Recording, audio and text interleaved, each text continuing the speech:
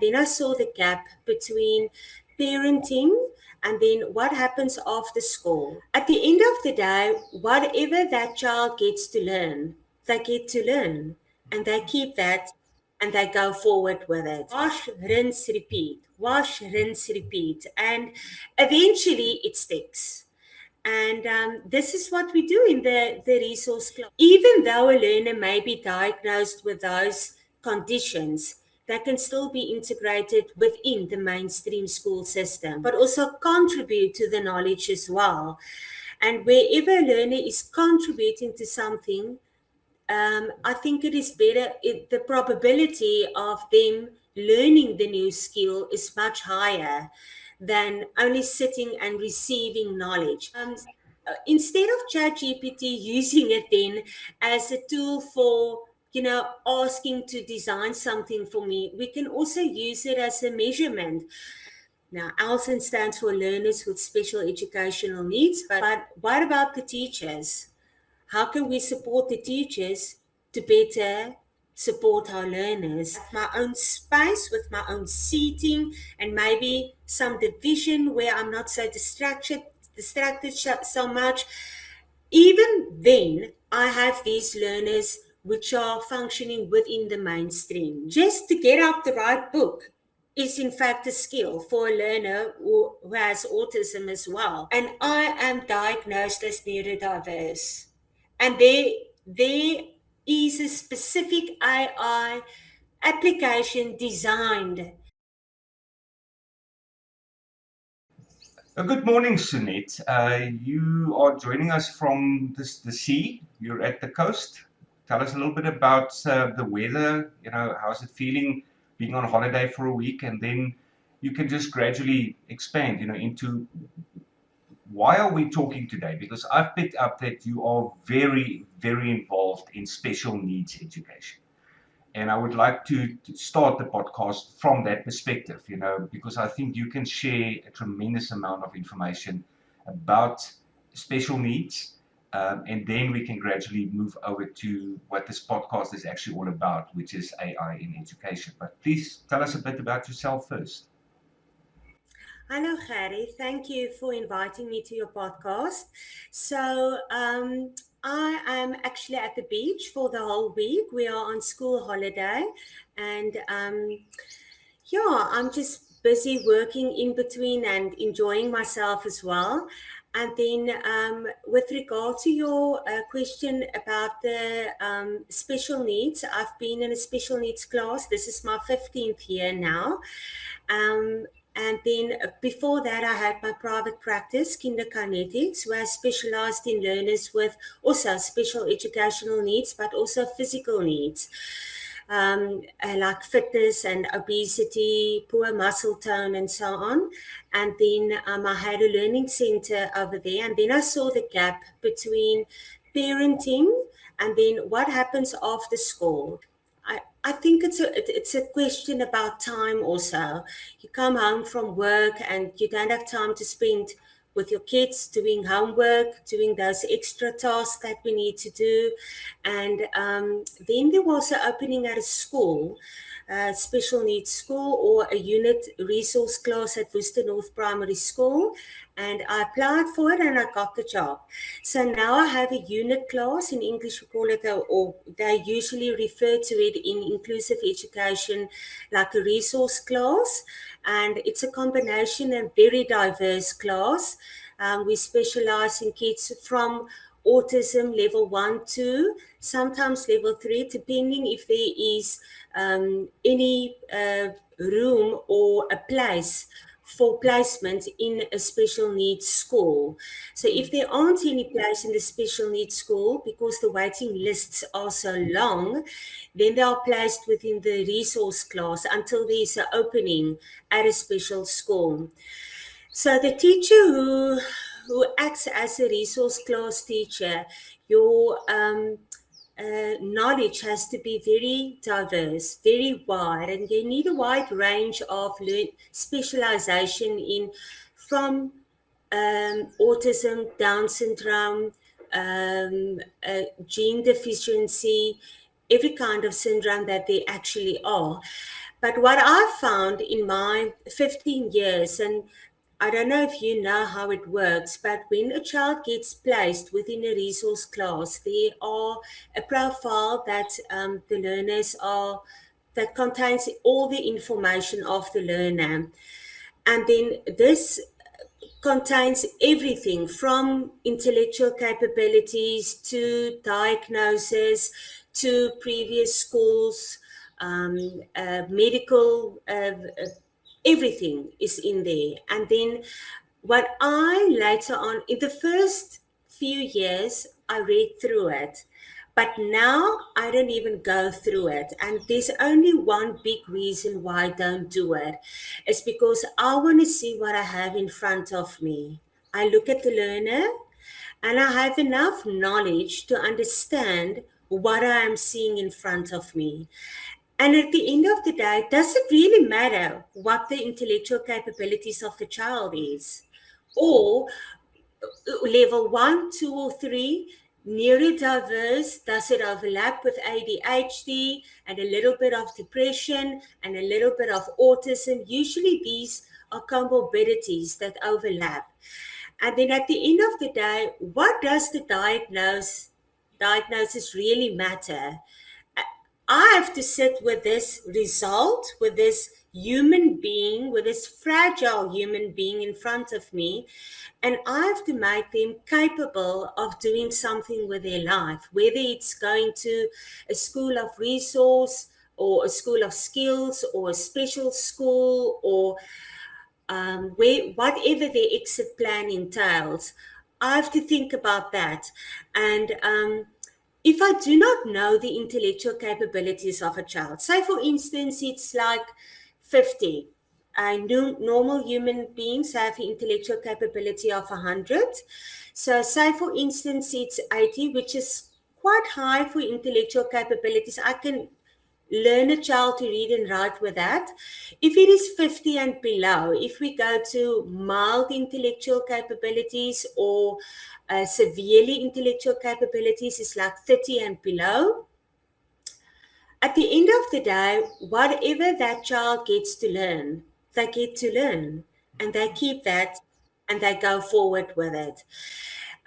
If I do not know it, then it's actually good because then I work with what I have. And then I often laugh, me and my class assistant, because we teach the children a whole term like a simple mathematics skill or a simple life skill, like learning to dress yourself or brushing your own teeth or going to the toilet and, doing it alone and how to take care of yourself. And when they come back from school holiday, they forgot these things. So then we start from all over again.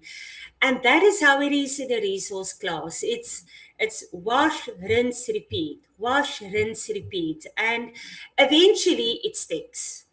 And this is what we do in the resource class. And then we have about 700 kids in Worcester North Primary School, and I am the school-based support team coordinator there as well. And this is where we support not only the learners who struggle in mainstream, but also learners who are diagnosed with ADHD. Also, some of them are on autism level 1, and then also are mild intellectual disability learners. And those learners are mostly integrated within our mainstream school. So it doesn't mean that if your IQ or your diagnosis as neurodiverse, ADHD, dyslexia, dysgraphia, dyscalculia, all those things, even though a learner may be diagnosed with those conditions, they can still be integrated within the mainstream school system. And my work is to make sure that they are well integrated, that the curriculum is flexible for them, that the teachers adapt and bend the curriculum to accommodate these learners. And then if there are any barriers, not only for the learners, but also for the educators, what can I put in place? What strategies can we mold and configure a little bit? How can we like be more flexible for the teacher as well as for the learner, where these two can match one another and see how we can make it work. So in the if I can maybe just name or list the example for you, in the foundation phase, it is much easier because such a learner is for 6 hours with one educator, like for instance in grade R1, 2, and 3. So it's one educator, one time I have to discuss or show her, present to her, and evaluate the type of technology that we are going to use, and also other little things that we put in place for the learner. For example, seating arrangements. If a learner has poor muscle tone, what can I use for a learner to sit more up straight with a who has a poor body muscle tone? Writing disabilities, what can they use? But the problem comes when in the intermediate phase. That is our gap currently at our school. And I think mostly at other schools as well. Um, just remember that we are a full service school, which means that we have transitioned from a mainstream school over to a full service school. So we can talk about that later. But let's stick to the example now. Is in the intermediate phase, you have an educator who gives so, for instance, geography. Then we have mathematics, a different kind of teacher. Then we have for English, a different kind of subject teacher. And not all subject teachers educate the same. And the learner literally has to stand up and move to the next class, which is also a kind of a disruption if you think about it for a neuro inclusive learner or neurodiverse learners. So just the moment from packing up everything, organizing myself, that in itself is a skill. Moving from one class, the sound of all the learners walking in the hallway, the bags with the wheels and the noises that they make. Yeah, and that can lead to a sensory overload. So by the time I get to the new class, 10 minutes has gone. 5 minutes for packing up my things from the first class, moving now to the next class with all that sounds I have to block out. Now, eventually, I'm in the new class, and it takes 5 minutes for the whole class to get to rest. Now, I have to pack up my things, and I've got a new face in front of me, a new teacher with a new way of presenting her knowledge to me. Well, we have interactive classrooms. We have a whiteboard, an interactive whiteboard, and the learners can look at PowerPoints. They can literally interact with the whiteboard where we put on games for them as well. Like, say, for instance, we are learning about mathematical skills. And we've got a new skill that we've learned in. Say, for instance, it was multiplications, the long method or the short method, and you divide the class into two. And now you have the green group and the red group. Those are all on the board. Or you can use something like Kahoot. I don't know if you know what that is. But there's also applications that we can use. We've got different kinds of applications that we use in the class. And this is all to get the learners integrated, not let them sit there and just receive the knowledge, but also contribute to the knowledge as well. And wherever a learner is contributing to something, I think it is better, the probability of them learning the new skill is much higher than only sitting and receiving knowledge. So for every class, um, there's a different kind of contribution, but I tend to find that as the CBST coordinator, that there's definitely a gap between curriculum flexibility and adaptability, specifically in the intermediate phase, not so much in the foundation phase. In fact, I took one of our departmental heads. She's a grade 2 learner, and I took a lesson plan and I uploaded it to ChatGPT. And then I asked ChatGPT, if you look at this lesson plan, how would you improve for a learner specifically who has dyslexia? And what can the teacher then do to improve this lesson plan? And she actually sat next to me, and her lesson plan got a 80% passing. So there was a few tweaks that we could do. But then I loaded up an intermediate lesson plan, and we didn't pass there. So instead of ChatGPT using it then as a tool for asking to design something for me, we can also use it as a measurement and asking our learners how, or our teachers, where are we failing, where are the gaps, and how can I accommodate a learner even better in my class. But now we are going towards a higher. It's very important for the SPST to be on the school management team as well. So I could take this knowledge to them and I could present it to them and ask them, how can we accommodate these learners? Do you think it is possible for us to not switch classes in anymore? Can we just maybe remain in one class, have our 5 periods there, but then let the educators pack up and leave from one class to another? Isn't it like we did in COVID? We did that during COVID. And I think personally it was more accommodating for our learners with special educational needs and our ALSEN learners. Now, ALSEN stands for Learners with Special Educational Needs, but it's not so nice for a teacher because now you have to pack up and your laptop, all your tools, everything, your bag, move to another educator's class, and you use other equipment. You use other people's data or whiteboard and maybe a laptop as well. And I think that is quite a disruption. But if you think about tertiary um, and lecturers, that's what they do. I have to pack up my laptop and I have to walk to the next class, for instance, and present it there and use that data projector. And I have to know how to use the technology. So, yeah, I think that is something that the school management team can think about. But unbeknownst to that, I think there are a lot more challenges that the schools have currently. That is one of our challenges.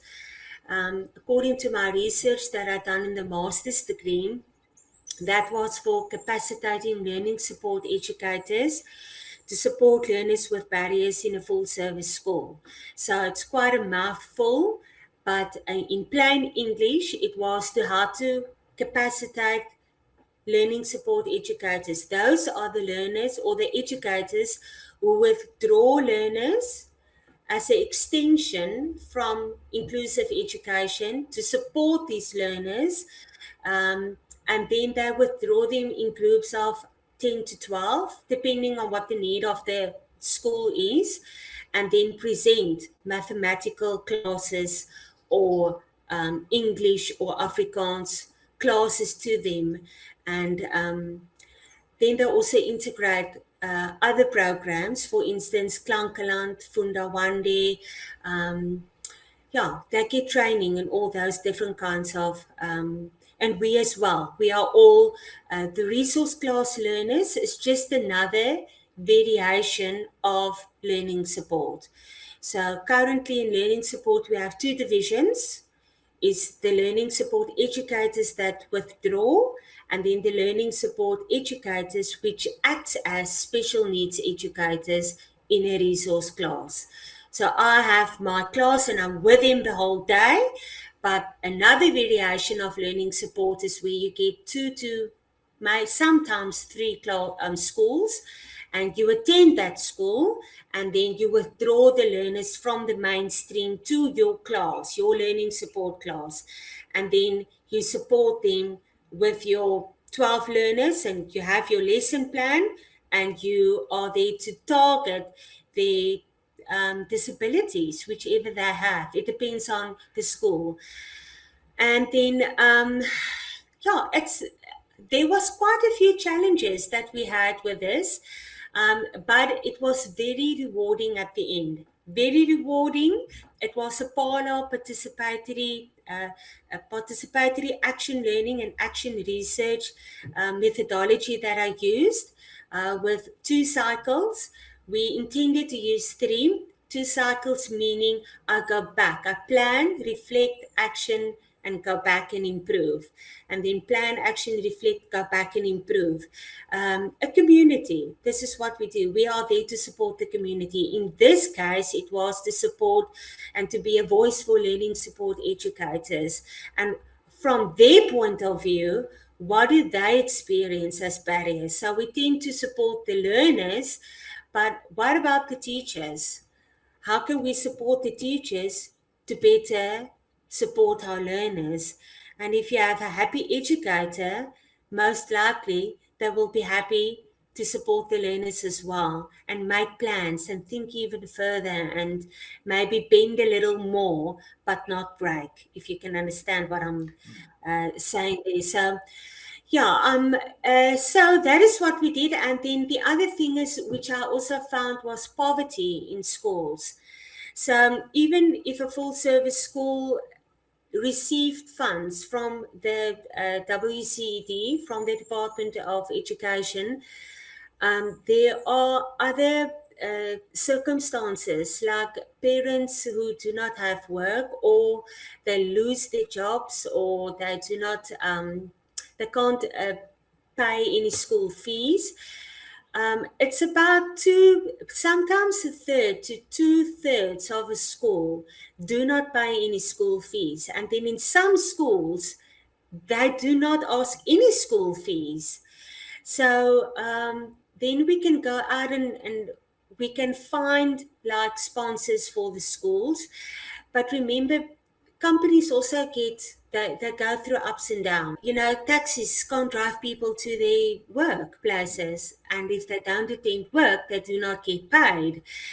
Can you see, we can actually apply this to Bronfenbrenner, where you have your system, your chrono system, and then your macro system, and then your micro system, and all these systems that are integrated but also have an influence on one another. And this is just a plain example that I'm using now, which is actually influencing our schools as well. And think about, I have a car that I can drive to work, but think about the educators who are taking a taxi to go to their job. And if there's no petrol, for instance, and no diesel, how are they getting to their schools? And if they get to their schools, does the principal have any understanding why I'm half an hour late? And now I have to fill in my log sheet, and it has to say there, I only clocked in 9 o'clock, and I should have been there 7 o'clock. Can you see how it affects us? So this is just a plain example, but this is the reality that we have at our schools. Other realities are that parents cannot afford even school, even food at their own houses, at their own homes. We are providing food for our learners in school, and there are funding schemes, and we give them like 2 meals a day. They tend to school, they get to school, even if they come late, and then they have porridge, and then later on they have a meal at school. And they also get, some schools where I did research actually give them like a cooked meal. And then by other schools they get sandwiches, like a lunchbox with some fruit and those on. But it depends on where your school is located, and then if it is a quintile 1, 2, 3, 4, or 5 school. Every school has its own challenges, and then also the community where the schools are situated within. But I'm talking too much. I'm going to give you a chance to ask a question. No, no, no. I'm listening. I'm really listening because something that keeps popping back in my mind as you are talking is from the notes that you've sent me and discussions we've had before. I know that I knew beforehand that you are a special needs education educator. But what I've also seen is that you are exceptionally passionate about the educator side, as you've just explained. You know, the educator needs to be looked at, and it surfaces every single time in just about every note that you send me. So there's this, like, you have to be in two places at the same time. You know, you have to look after the learner with special needs, but you have to look after the teacher who is supposed to be teaching those special needs education. And I can only imagine how difficult it is, you know, to be able to balance, you know, to juggle all of this from your perspective. But I want to talk, excuse me, I want to talk about your perspective as a person who's not just passionate but very very involved in this. And I've also picked up that, and I want to make sure that I understand this correctly, that what you're saying is that there is no special school necessarily in a community, but there may be two or three or four schools already, you know, normal functioning schools, that you would then say, rather than integrating a learner with, say, for instance, autism into a normal class, and please correct me if I've got this wrong. I'm trying to summarize what I heard. Rather than integrating a learner that gets disrupted by just alternating classes, you are saying let's take one classroom in two or three schools in close proximity to each other and create one class there for the special needs. Is that not Mm-mm, what you say? What mm-mm, what mm-mm. was that idea where you said about, I think, extracting? I think that was the word you used, extracting the teacher and the learner. With withdrawal. Okay, Withdrawal. so Yeah. yeah, yeah. So within our inclusive policies, this is now Education White Paper 6. We've got guidelines for differentiating the curriculum, CAPS, um, CIAS, the CIAS protocol, all these different inclusive education policies. We do not want to segregate any child or hinder them from receiving the normal education like any other child would have. So, what we are doing is we are integrating learners with special educational needs, like Elson learners, but within the mainstream.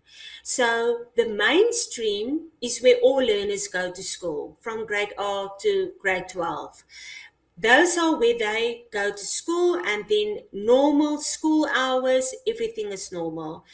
Even in that group of learners or division of mainstream, there are already learners with special needs. And that can range from anxiety, depression, then all the neurodiverse uh, it can be dysgraphia, dyslexia, dyscalculia, ADHD, ADD. It can overlap with autism. Then autism can go to level 1, 2, and 3. So one is I have it mildly, but I can function within a normal environment. Level 2, I have it a little more severe. I have, like, for instance, I have a sensory overload, but if I put on earplugs, or if I can block out white sound, or whatever, or the lighting, I can adjust the lighting in the class, or I can adjust my seating arrangements where I'm not so near another learner, but I have my own space with my own seating, and maybe some division where I'm not so distracted so much. Even then, I have these learners which are functioning within the mainstream. But at a certain level, where usually it is the school psychologist, and mostly parents tend to go to private psychologists for just a second opinion as well, which is fair. I would do it as well if I was a parent with a special needs learner or child.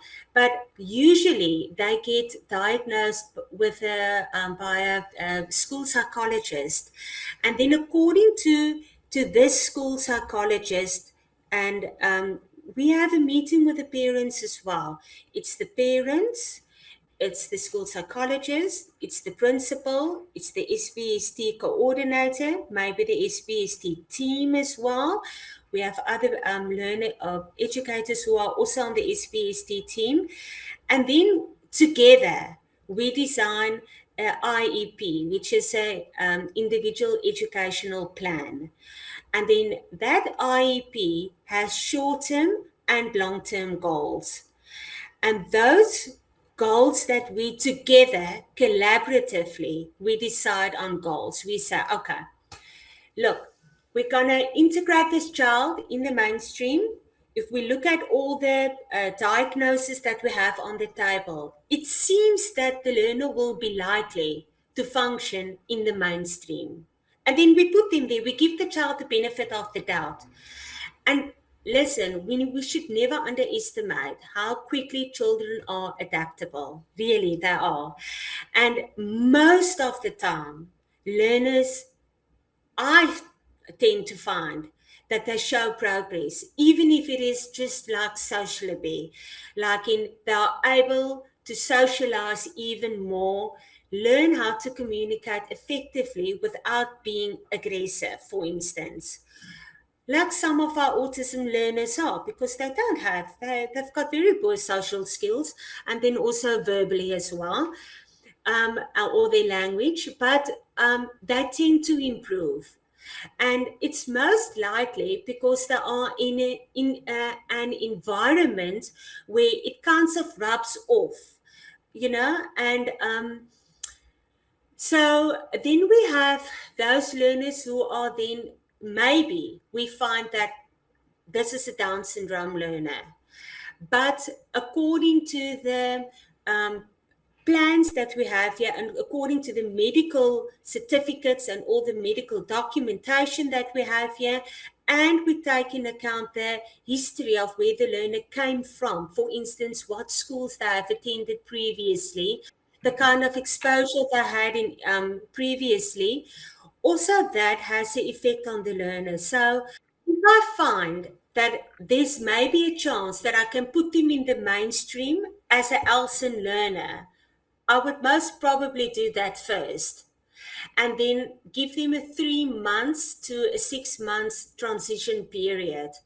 And usually you will find that it goes immediately down. Emotionally, the child will most probably have high anxiety. You will also find that socially, the first 2 weeks is very, very hard for them. That will also tend to go down. And then academically, kind of, you will find that the first term, the reports won't show any improvement. In fact, it will show that they most probably didn't pass any of the subjects.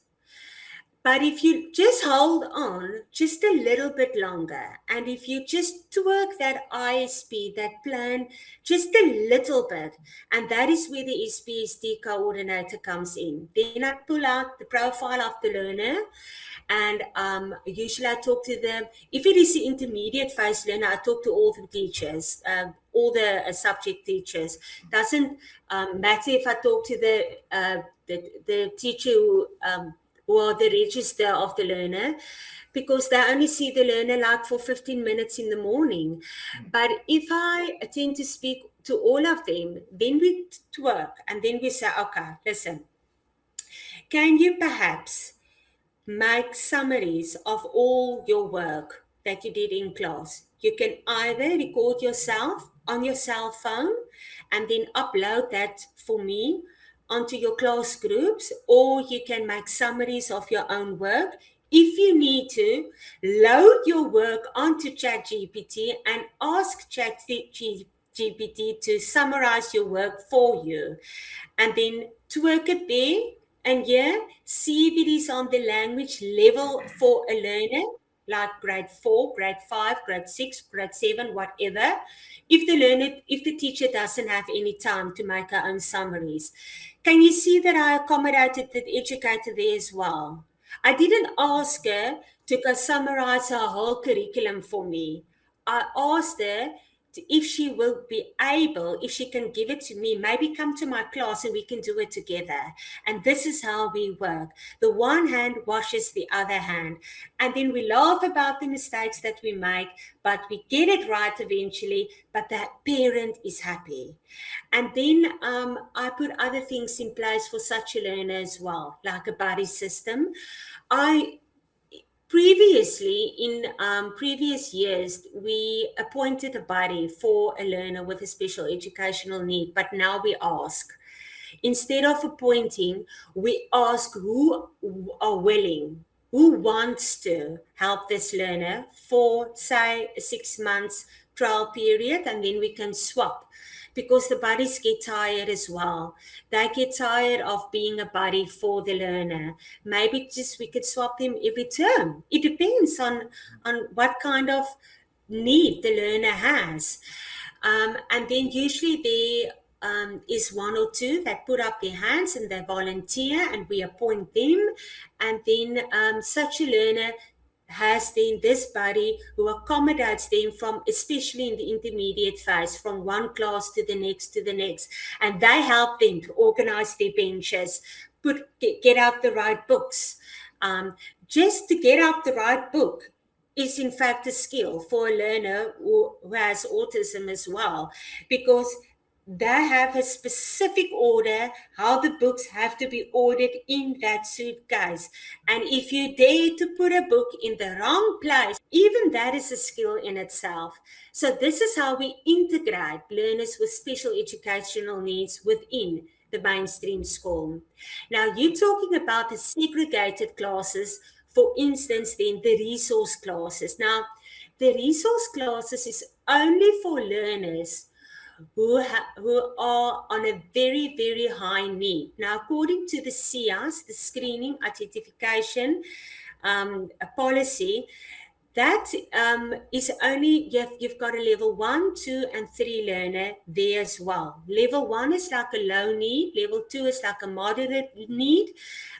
Both of them can function within the mainstream, but a level 3 is a high need. They cannot function within the mainstream class. This is what I just previously discussed. So a level 3 learner is a learner who can absolutely not function without any support. They, in fact, need a one-to-one teacher who can help them in all different dimensions, not just academically. Those are the learners then who can absolutely not function alone. So such an educator has the ability then to support a learner on all levels, emotionally, socially, life skills, academically as well. And then we tend to do then the DCAPs, which is then the mainstream do the CAPs and we do then the DCAPs. So you can say, yes, they are segregated, but then we can also think a little bit further and ask, if you put such a learner who can absolutely not function alone in a class where there are now maximum 10 to 16 learners within a class, if I take such a learner and I put them in a class of 40 learners, one of 40, how will they be able to cope? I'm guessing here, but I'm sure a learner that needs individual one-on-one attention, as you put it, is going to get lost, if not just frustrated and angry when they are put in a class of 30 or 40 other learners. But that is where my question basically came from. It seems like you have a plan that is already working for those, let's call it then the level 3 learners. Because you find an educator who can adapt to that environment. I mean, not everybody who can teach mathematics can cope in such an environment. Talking about my own subject, so you have to find a special type of person. I mean, just to be an educator, I say this often on these podcasts, just to be a teacher is already a tremendous amount of respect that needs to go to that person. You have to have so much hair on your teeth. You have to be so tough just to be able to teach. I cannot. I admit, I'm a tutor. I work with the kids after school. I cannot cope. with a class of 30 or 40. It's just not within my skill set. So everybody who knocks teachers in general need to go and spend a day or two in a classroom, and they'll come back with a lot of respect for teachers. But if we then move towards the level 3 learner that really cannot cope in a mainstream classroom, you also need to find a special educator for that, I'm assuming, and you need to find a venue.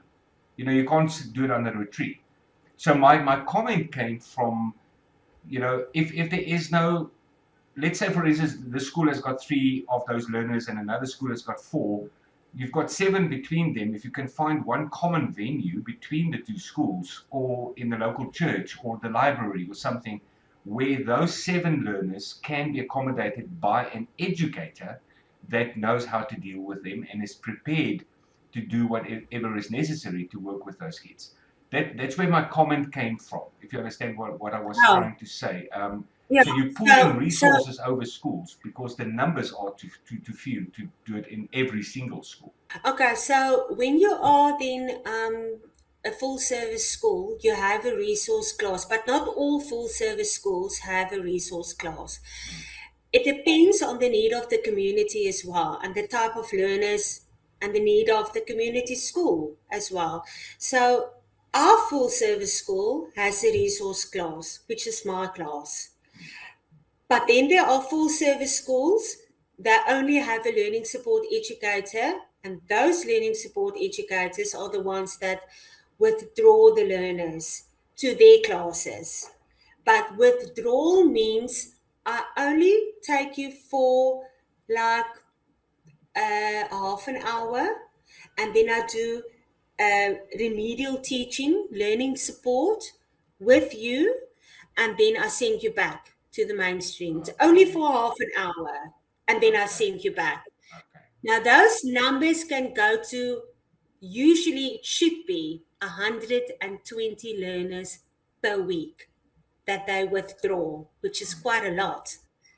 So, and then some of the educators, they work extremely hard. Some of the learning support educators at one school was the need of 180 learners per week that goes through her hands, that she withdraws only for half an hour and she sends them back. mm, So I will have my class and I will sit in my class and then I will say, all the grade ones, group one. Like I have maybe 4 classes for grade one, or maybe I have 3 classes for grade two. Depends on how my schedule is set out for the week, and also according to the need of the school. And then I would say period one, all the grade ones, but only these 12 learners, they are grouped together. And how you group your learners together is also very important. So I can have 60 grade ones that needs learning support within one school. But from this 60, 4 of them, okay, let's say 14 of them are diagnosed with ADHD. 12 of them cannot read at all. They're far behind. Uh, 3 of them are on autism level 1. 2 of them has some or other, that have dysgraphia. Can you see how diverse it mm, is? mm, Now I have to group them together. And I say, okay, listen, I've done a diagnostic test with you, an academic diagnostic test. That is where you get a baseline test with them. And you say, okay, all of you who has learning, okay, let's say your reading is behind 6 months to 12 months. I'm going to group you together. Now I see, okay, from the 60, 44 of them are behind with the reading. Okay, so I'm going to group them, separate that group, and say I'm going to have 4 groups or 3 groups of 12 learners, for instance, or 4 groups of 12 learners or 14 learners, whichever. And then I can say, okay, in that group, I'm going to work specifically on sounds and letters and building sentences, building words, vocabulary, and that is what I'm going to do. And all of you who which I did in the diagnostic test, and I look at the data, I can see some of you are struggling with mathematics, but specifically you are struggling with counting on. Say it's, for instance, a grade 1 learner, and they can't count on, or they can't count in twos, or whatever they did in the curriculum at that specific time. I'm going to set out and look at what are the vulnerabilities of those learners, and then group the vulnerabilities together. And that is how, otherwise, my own class of 12 or 13 learners as a learning support withdrawal educator is going to be too diverse. And I'm not going to hit the targets. And what am I actually doing? I want to improve the learner's academic skills. Now, the learning support educator who withdraw, I think they tend to be, it depends also on the type of area where the school and the community of where the school is situated, but they are more academically focused. Whereas a resource class learner is not only focused on the special needs within a class, but also within the community. That's why you will see that if you have a resource class teacher, she's quite liked by the community. Most of us are. It's because we need to reach out to the communities and to other schools.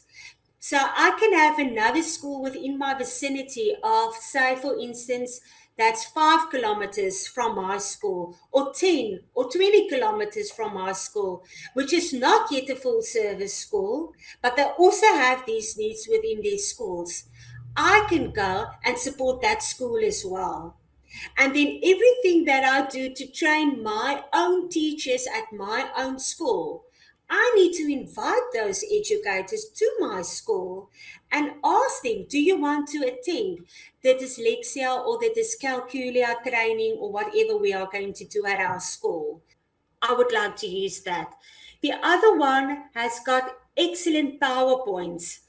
I would like to use that. And then I take all of these excellencies from the different kinds of educators and I pull them together in a session for them. And then I say, can we twerk this? Can we collaborate? Can we collaborate all of them together?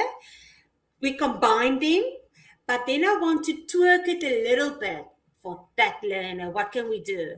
And they said, okay, let's start the PowerPoint and we convert it into a dyslexia font. Okay, that's good.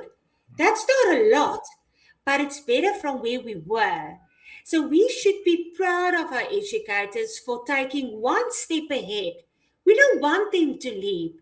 Be proud of them for taking just a little small baby step. And I said, okay, that's excellent. Can we try that for term 2? Let's do all our PowerPoints in dyslexia font, because even for a learner who's not dyslexic and who doesn't need that font, it really does read quite good. It does read easy. They're not going to be harmed for reading in that font, so let's try it. So we are going to do that now. So just to come back to your segregation option, or maybe example.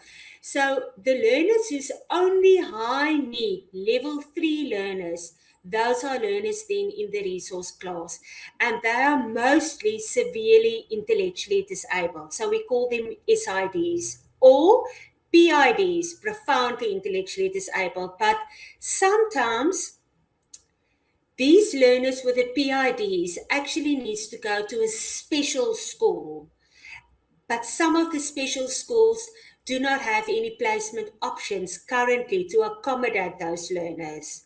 But the law says that every learner should be able to have access to education.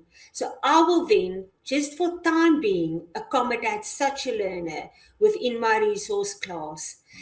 Most of the time, I don't care if they are PID, SID, or MID. The rules and the schedule and the routine and everything must be done by everybody. And that's quite hard in the beginning, especially for my SIDs.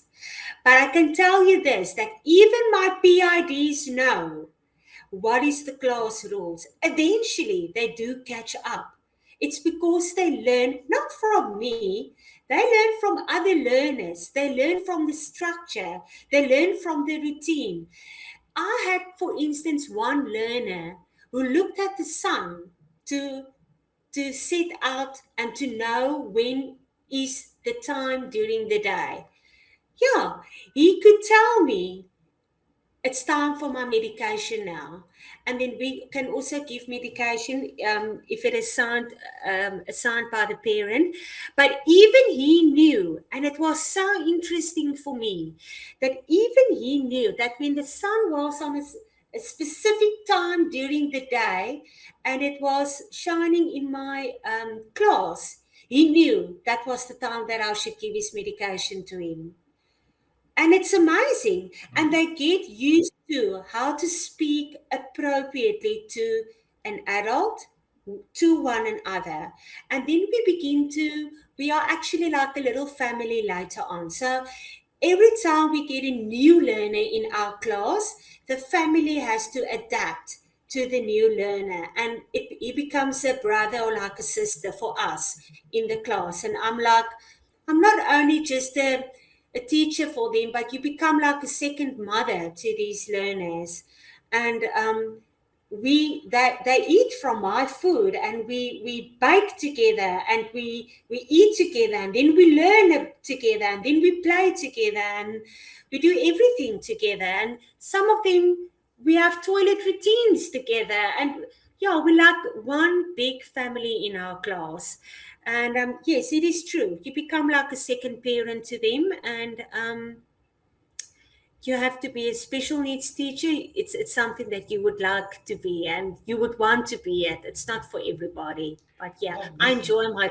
I can see you're very, very passionate about what you do, and it immediately makes me think, how can we duplicate you to every single school in the country? You know, can we clone you or something? Because I can imagine that there are circumstances where a teacher says, you know what, I'll try. I've already got 30 or 40 learners in my classroom, but if you bring me a level one or a level two learner, I can try.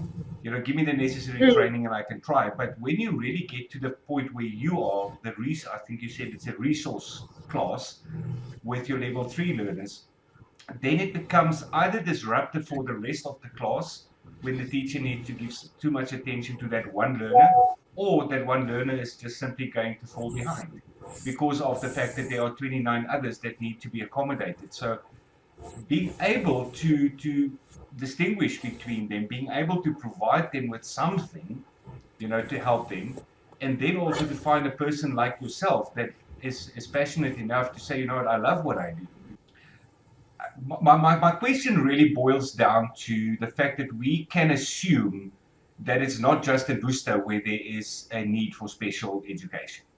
It must be prevalent all over the country. There must be learners right through this country and the world for that matter that have the it's the same type world. I of just wanted to say, yeah. yeah, Um, it's right through the world. and ultimately it doesn't make them an outcast being a special needs student. It doesn't make them any different from you and me.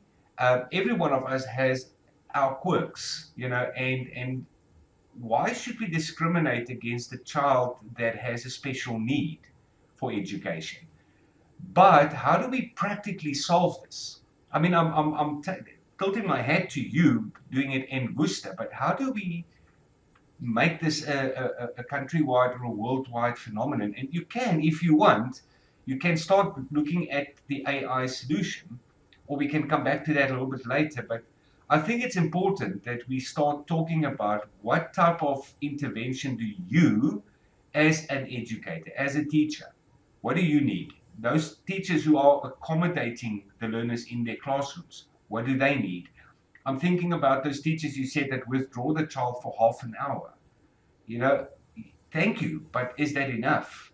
Because then after half an hour, the child goes back to the mainstream classroom and they are just part of the, you know, just the masses again. So, yes, very well done on taking half an hour to sit with the child and do whatever needs to be done. But is that enough? So, Mm. in your perfect world, what would be a solution for all the learners out there with level one, level two, level three special needs? How should they be accommodated? What is necessary? What is needed in the educational system?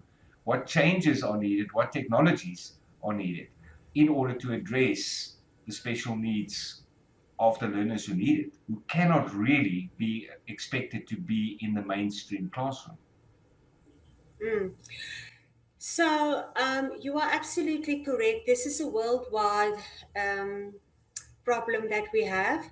Um, I would have to do further research with regard to answering for a level three learner, but I can tell you this: with my master's degree, I was specifically looking into how can we support the learners better. That's the last part of the thesis title. How can how can we even better support our learners with barriers to learning with regard to learning support? And I was thinking in the beginning of my research that maybe the problem is how we are approaching these learners. What should we do? Do we need more technology? Do we need more? Where's the problem? Because if there is improvement, how much improvement is it? And if we are doing something currently, how well are we doing it? Where's the gaps? And that is exactly what the outcome was, to my astonishment, which I didn't think, and that's the nice part of research, is that you don't know what you're going to Mm. get. You dive into the unknown. But I found that capacitating our learning support educators is going to have a major effect on the way we support our learners with special needs within the mainstream school. So, no, we cannot have a level three learner within the mainstream school. It's going to be not only hard for the teacher, but also think of the learner. When you know you are different, you know you are different. But we accommodate every learner as far as we can, because even our level three learners, they still, although they are in a resource class, although they are in a special school, they can still integrate within the mainstream capacity. For instance, they have physical education classes, drama, they have different kinds of subjects which they integrate with, and they literally go to that classroom and they go with the grade threes, with the grade six, with the grade eights, whatever they have. And they do the subjects with him. And then after that, then they come back to my class as well. And they enjoy that a lot. And you will find that even our mainstream learners, they have they begin to develop a softer spot for these types of learners with special educational needs. I mean, my own daughter is a buddy for a learner, and even she has a very soft spot for her learner, which she is the buddy for. And she asked me, "Mommy, can we buy this keyring for him? He needs this. I'm gonna buy this. Please, let's buy this for him." And even she, so we are actually, it helps both groups. It helps the learner who are gifted and who has everything that they want and need in life to have more empathy. And it also helps the other learner who are special needs, that I am different, I acknowledge I'm different, but I don't have to have a poor self concept of myself. I want to touch That's on fine. that because you used a very important word right now. You said gifted. Now, we tend to think of gifted learners as intellectually gifted, intellectually brilliant.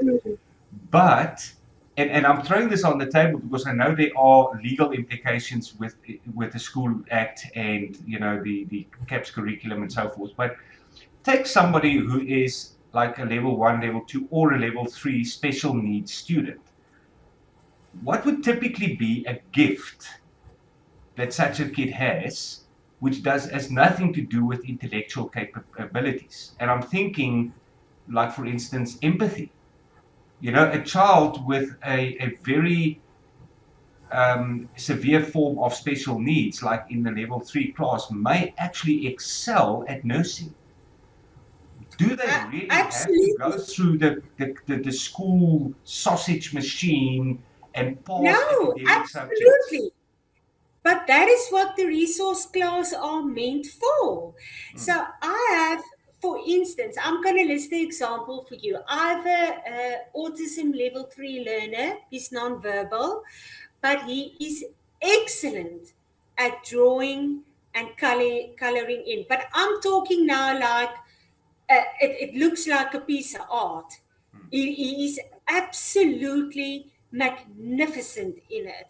And I actually spoke to his mother and I asked her, even though he cannot speak and he doesn't have very good social skills, but it has improved a lot. It really has improved. Usually, we see this within 6 months in the transition period into a resource class. But I would put such a learner, for instance, in a school of arts, and such a learner can then begin to draw and sell those paintings and eventually get an income. Even if you can get 1,000, 5,000 rand a month, it doesn't matter. For them to sit and have that skill is absolutely brilliant. And then I have learners who are absolutely magnificent and spectacular in taking care of learners who, especially new learners, they're like a little mummy or a little, I don't know, that they mother the new learners into our class. They're very nurturing for the new learners in class. They go with them to the toilet. They take them back. They show them with the kiosk card, and they are like a shadow to them, and they take them on as something they have to take care of, and it makes both of them feel good. The one develops empathy and even acts upon it and even learn to socialize with love, with the way we speak to one another, showing without being aggressive, developing without breaking down, nurturing without making him feel helpless. Those are the in between kind of skills that the better learner or the stronger one then learns. And then the other one feels welcomed, feels good, feels nurtured, feels part of the family. And you will be amazed when they only stay with me until they're 14 and then they go to the School of Skills. So I prepare them for the School of Skills mostly, unless it is a PID learner, then they will have an exit plan. But mostly, I don't care if your IQ is 40 or if it is 60, I don't care. I'm going to teach you at least to learn how to read and write. If they can at least do that, and maybe one skill, like arts and craft or needlework or whatever. But I would like all of them to do that. And then I integrate and I ask my parents as well. Listen, the child is struggling um, to learn this or that. If they are struggling with it, I have to ask the parents to practice this in with this learner. And it doesn't mean that if you're on a resource class, you do not need to get homework. You also need to get homework. You also need, if you want to be normalized, then this is normal. All children get homework. And it doesn't matter that because you are special needs learner level 3, you do not need to get homework. That parent needs to be integrated in that learner's educational pathway. And you need to work even harder as a normal parent because we are both working together as a team. Me, the educator, and the parent, because I love your child and I want to see your child read and write. And he's going to read and write because I want to send him to the School of Skills. And he's going. And I'm going to make sure of it. So we are going to set out and we're going to get these goals together. And this is Well, what I do with my parents. I'm going to vote for you for president. I mean, with your drive and your passion, you know. But okay, so let's just take a slight direction change, and talk about, because while you're talking, I'm thinking from my perspective, you know, what I've got working for me, as a tutor with EdTech and AI, um, and I'm just throwing something provisionally on the table for you. Those learners that don't have social skills. If I'm correct, those are normally your autism spectrum learners. They don't really have social skills. What about making them a buddy that they can speak to on AI, ChatGPT, or Claude, or Grok, or any of those, where they find a friend in AI, you know, that Mm, literally is infinitely patient and empathetic to the extent of an algorithm being that, but just being able to talk and say, you know what, I had a rough day, or I want to paint this the sea, or you know what, my friend is a bit down today. What do you think?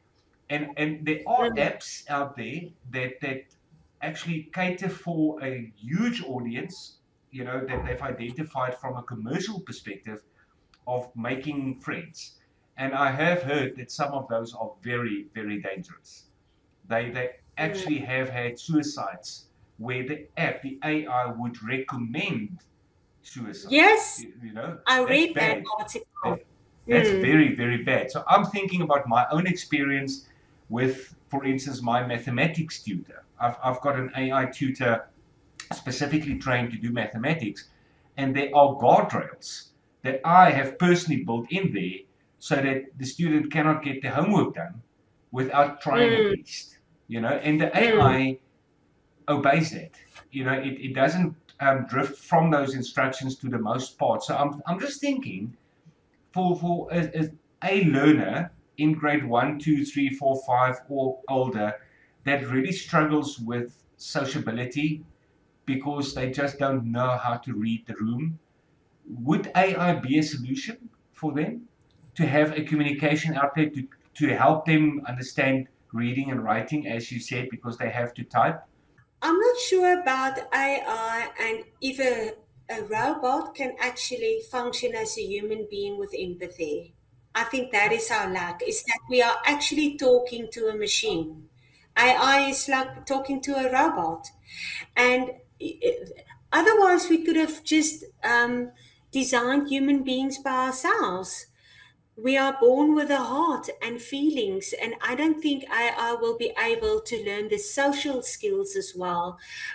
I'm not sure about AI and social skills. Obviously, we would have to do some research in it, and even though I have to admit I haven't read any research on this topic also, so I would go and Well, have to let do me some. ask you a question to guide your thoughts, and it's coming from a personal perspective. This is what I do with ChatGPT. But if I told you up front that AI can be a Bible study, what would you think of that? AI can be a Bible study. Or a Bible study partner, for instance. If I just came up to you in the street and I said, Sinead, do you know that AI can actually be a pastoral caretaker for my faith because I can do Bible study with it? I think it would give me verses according to what religion I would have had, maybe Catholic, Christianity, Muslim, whatever. But what you are learning there and the critical thinking skills and how you applying what you are learning there to your own life, you would have to have intelligence for that. So I can read, for example, that um, it is important to whatever verse. I can't think of a verse now, but say for instance, I read an AI and it gives me every day a verse of the Bible, and what I can do with it in my life. That's nice. But did it take into account my circumstances? Did it take into account? I'm thinking now, if if a person, for example, has depression, and they are reading this AI scripture, and they are asking this AI scripture, how can I use this in my life? And maybe give suggestions. And some of those suggestions might be harmful, because the robot doesn't know the context of your whole life. The robot doesn't know what happened in your childhood. For instance, if it is an adult or a teenager we are talking about, doesn't know what happened previously. Maybe there was other circumstances. So you would have to start right from the beginning and give your whole history and then ask for that. And Okay, but then always remember that it just gives perspectives. It's only what AI does. It gives you perspectives, but the application is something that I would have to do. I would have well, to ask myself, can I apply it or not? And then yeah, if I'm just sorry, if I can just maybe just say a grade 1, 2, 3, and 4 learner doesn't have the emotional capacity to understand that they are talking to a robot. So I would be very, very hindered or careful of uh, you know asking AI to support a learner with social constructs within the foundation phase. But if I am on a program and I am diagnosed as neurodiverse, and there is a specific AI application designed to help for a specific neurodiverse need, then I would download that on my cell phone. well, this is what I'm Especially, getting at. This is where yeah. I'm getting at, because what you're looking for really, and I mean, I'm coming from the perspective of your normal large language model. You know, your Claude, your ChatGPT, Grok, whatever. And from, like I said, my own perspective, and I also hear what you're saying about background and context. But the one thing that makes AI better than a computer program, that one thing is the fact that it can actually grasp context, where a normal computer program can do the same thing a million times over perfectly, make no mistake. Your AI can make mistakes because it can actually read context. And if you were to say to, and I'm taking it from myself, if I go to a Bible verse for the day and I say, but what did Paul mean with this? What did Jesus mean with this? What did King David mean when he wrote this psalm or something? You can actually ask ChatGPT to give you the original Greek or Hebrew and discuss the meaning of the original Greek or Hebrew. Now, I'm not trying to say people should also, all dump their Bible study guides and just go to ChatGPT. That's not what I'm saying. Where I'm getting at is the fact that I'm conversing with the AI because it can converse back. It's a large language model. And you said earlier that the kids need to at least be able to read and write. And I'm asking if we can get them to just read and write with an AI, which is a machine, they don't have to also at the same time conquer the social skills problem. And that was just my question. If the AI can help with the social problem while at the same time teaching them how to read and write. Because you can ask the AI verbally, you can press the microphone button and say, what is the letter for F? And it will form it on the screen for you and say, that's what it is. So what I think you're looking for is a special type of agent that has been trained to first get the background as far as necessary, to stay within a certain context level. But that's possible. That is really possible, to train an agent with all of that in mind. We call it guardrails. To have an agent that have the guardrails to stick within your experience level, to know intrinsically that it isn't a human. It doesn't have empathy. It doesn't have the nutrition scope that a mother would have for their children, for instance. I mean, there's just a big difference between you and me as a male and a female. We think about our children differently. Yeah. So if you would then want to maybe do some research on that or maybe explore the topic, then how would such a learner then, in a situation where they are playing, let's make a scenario. They are playing outside. One learner hits the other learner. Mhm. Now, how is that learner going to understand what just happened socially because both are in tears? So, how then would you apply that then in that scenario? It's because they're on the playground and they don't have a tablet with them to ask the AI what just happened now. Can Well, you see? yeah, but I think first of all, playtime would be over once that happens. So I don't think unless they've got the maturity already to resolve or to part ways and just go and play with somebody else, they might actually retract into themselves and sit and Mm, sulk in a corner. So that's where I'm thinking. But the question that I want to throw back to you is, what would you like the AI to do? Because you are the specialist. Remember, I'm just throwing questions at you. I'm just playing with a few ideas. But if I came to you and I said, what would you like for that AI to be able to do at that moment for both the person who were hit or was hit, as well as the one who punched? You want both of them to have an opportunity to verbalize their feelings and their frustrations or whatever to deal with what just happened. What would you like?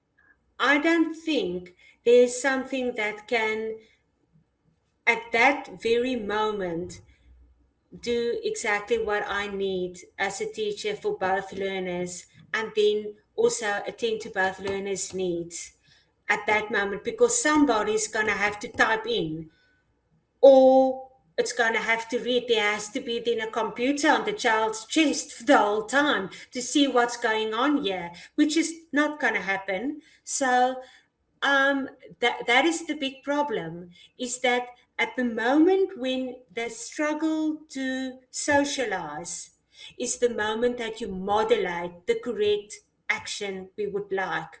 So the few seconds it would take to identify what is wrong here at this and how we can solve this between the two learners, I don't think there are any AI that can catch that up within a few seconds. Well, It's no, there isn't. I mean, because then you need the type of big brother with cameras all over the place, to monitor every yeah. flipping second. What would the lawyer then do?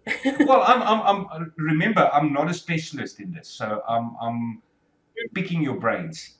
And if I have the whole scenario wrong, then it's something that I learned today in this Mm, conversation.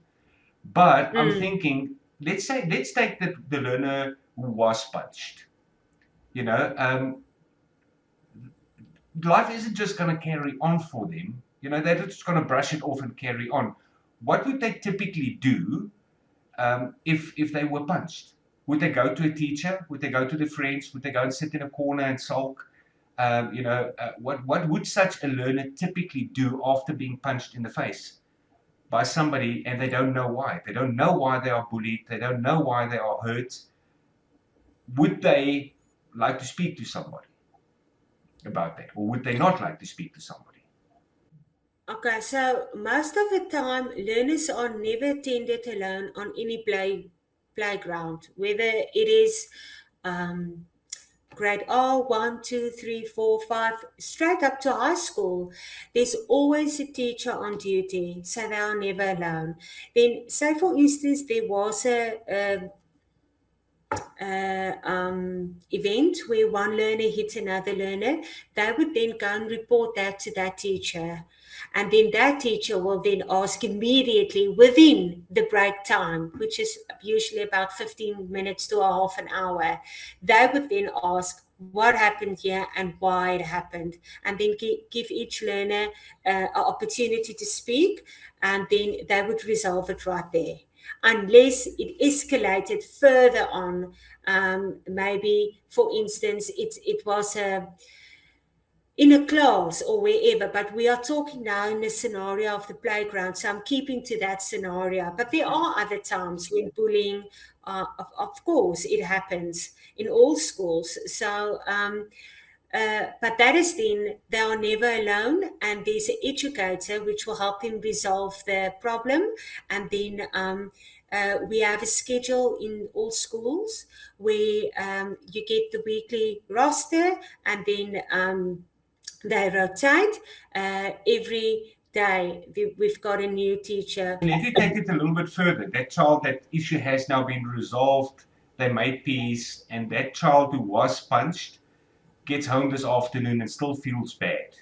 Why was I bullied? You know, Mm, and I need to speak to someone. And speaking is a difficult thing because I'm not a sociable person. I don't have friends. My parents are not around, yet they at work. I'm sketching a scenario. All right, this is purely sketching a scenario where that yeah. child just needs to speak to someone. I can Mm, tell you that AI can be a communication buddy in such an instance within the correct guardrails. And I'm I'm thinking further because you mentioned that the one skill that these kids must have is to read and write.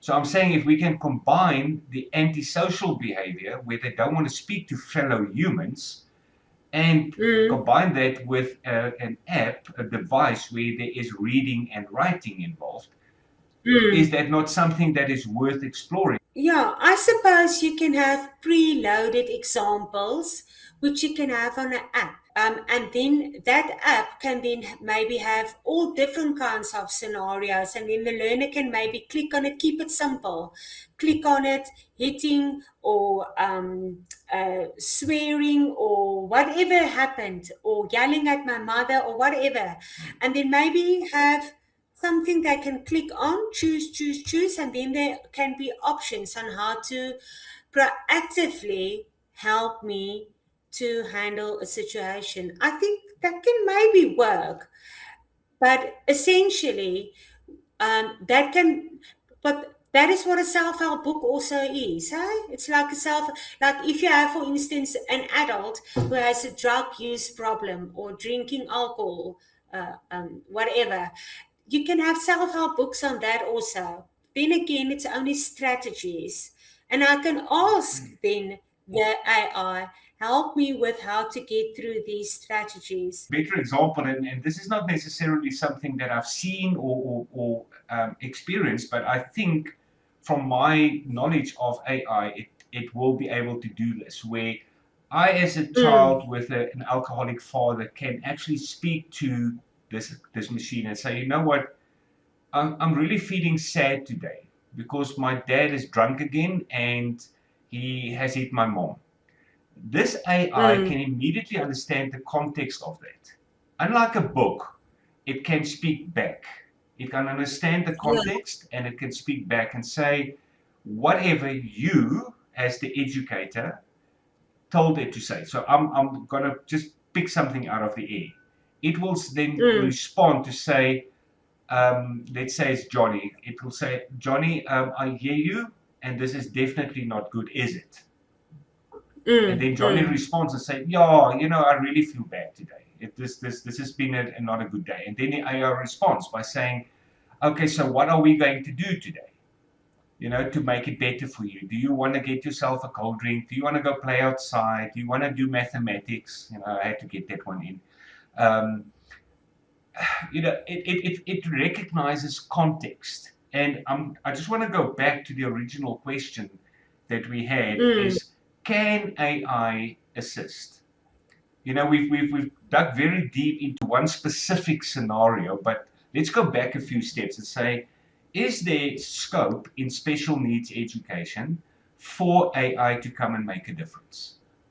You know, from your perspective, is there something that can be brought to the table to make the educators' work easier and to help the learners, all the way from the moderate to the extreme levels of special needs? I think so.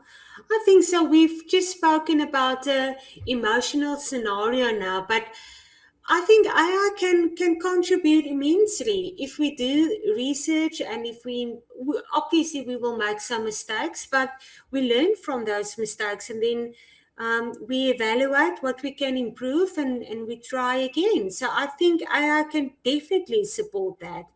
Okay. Um, yeah, and even I can take it for instance now with my own daughter with the mathematics. For instance, there's a certain app that she uses to scan a basic sum, and then it shows 2 to 3 options of how to get to the answer. I think something like that is very valuable. But if you want to draw the same principle to emotional stability for an autism learner, it can give you exactly the same principle, two or three options of how to handle a scenario. But in essence, um, uh, the emotional side is learned by human beings and human touch and love and consistent love and empathy and all the and it takes a toll on the parents, and usually it's those parents that help and support with that, and then also the educators as well. But in essence, say for instance, we have a level 1 learner, so we know that AI is already doing that in mathematics for us, and we know that AI is already doing that in Afrikaans and English and languages for us. But if you want to bring it back to the emotional side, I would have to work with a psychologist with that. And it's the same like what we use for the learners with ADHD, which is also on the neurodiverse spectrum, is that we give the medication as well, maybe if we think it can work.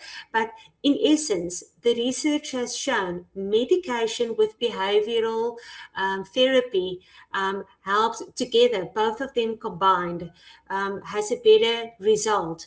So I can then maybe, for instance, if I'm a working parent and my son is, for instance, 16 and he's in school and he's been a part of some or other incident, and he wants to know quick answers, and I'm in a meeting, obviously you can ask AI, what do you think is the best option for me, how to handle this scenario?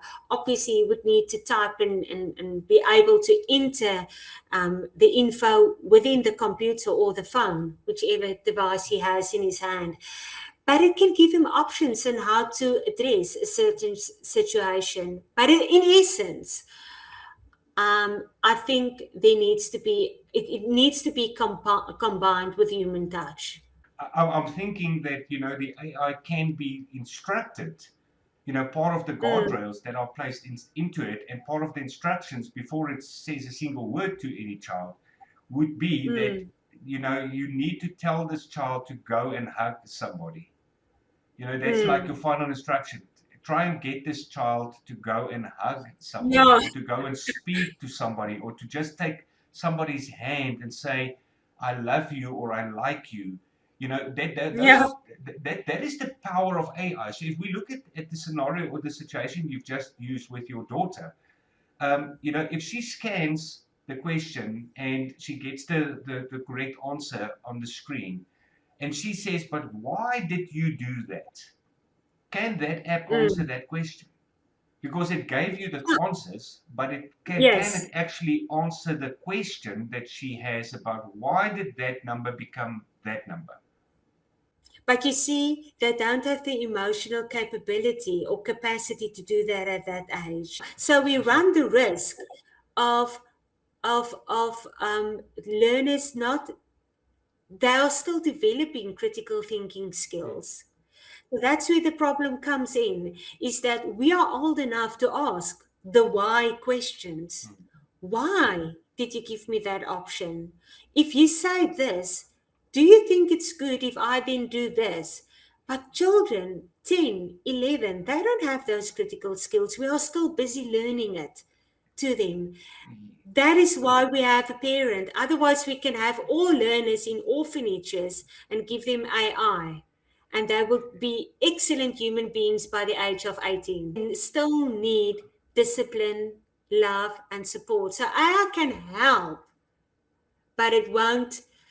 Um, they would still need to develop and have human resources to eventually learn skills, For sure, emotional Sunit. I skills. think I just need to make something clear. What I'm saying is not let the world be taken over by AI and by No, robots. no, Okay. no. Um, the one thing that has come out in just about every conversation I've had so far on this podcast, and one of my guests actually articulated in so many words, is that in order for us to live in an AI world, we actually need to become more human.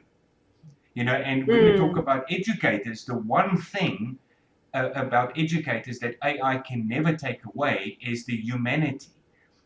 Somebody, Yeah, yeah, I saw a video exactly. once of a person that says, let's just think about what AI cannot do for you. And he had like a pause, and then he said, "Let me tell you what AI cannot do for you. It cannot go to a party on your behalf. It cannot go and enjoy a milkshake on your behalf. So there are Yeah. certain things that AI cannot do. But Mm. what it can do, it can do very well, and it can do it very Mm. fast. So I'm I'm wondering, and this, we've been talking about this in the last couple of minutes, whether the fact that AI is here, should we be afraid of it? Should we wish it away, or can we embrace it and use it for what it can do well?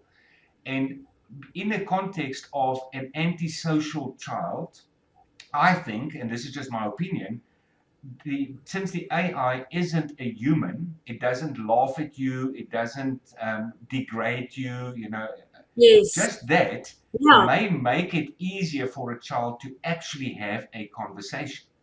But there are dangers in that because it is still a machine. Mm. So we need to try and mitigate those dangers by getting somebody like yourself in to write the instructions in which that AI interacts with the child. There are certain things that you That will is never more say. possible. Yes, that is more possible, and that can then be used as a tool to help with behavioral management. Obviously, Yes, yes. yes, And it can even be integrated within a subject like life orientation as well. So we have, areas within life orientation where we look at emotions and how to handle emotions and identify them firstly correctly, and then we provide case studies to the learners and ask them, what would you think would be the best way to handle this or that? And they've got worksheets on that. But AI can definitely help with that. I cannot see why not. If it will be able to give at least a direction, and what is the best way of handling this scenario, then I think it can work. But it's not going to be the only tool. once Yeah. once you outsource your humanity to a machine, you're already on the wrong side of it. You should Yes. use it. We should not let it Mm. replace us. That's what I'm saying. No. The AI cannot replace you at a party. It cannot. Mm. So you can try. You can send your Mm. robot to the party and say, and come back and tell me what the experience was, and it's going to come back and say it Mm. looked like everybody else enjoyed it. Okay, but what about you? I'm sorry, I don't know what enjoyment is. I don't Mm. have that facility to understand what Mm. it means to enjoy something. So staying within those parameter constraints of AI, and we need to conclude. We've been talking so long and have such a long. You need to have in another session. Well, this is what I'm proposing, Sunette, that Mm. between you and me, we take this conversation and we go and do something with this. You know, mm, between you and me, we find 3 or 4 or 5 learners, we give them something which you help design, and we come back and we have follow-up episodes specifically on this. We report back mm. to the YouTube viewers on exactly this. Did it work? You Yes. know, what constraints Mm, did we find? What did we have to modify? You know, what did we have to cancel because it just doesn't work? But we actually mm, make a sub series of this podcast just on your experiences and training and impact, so that ultimately we can benefit the children.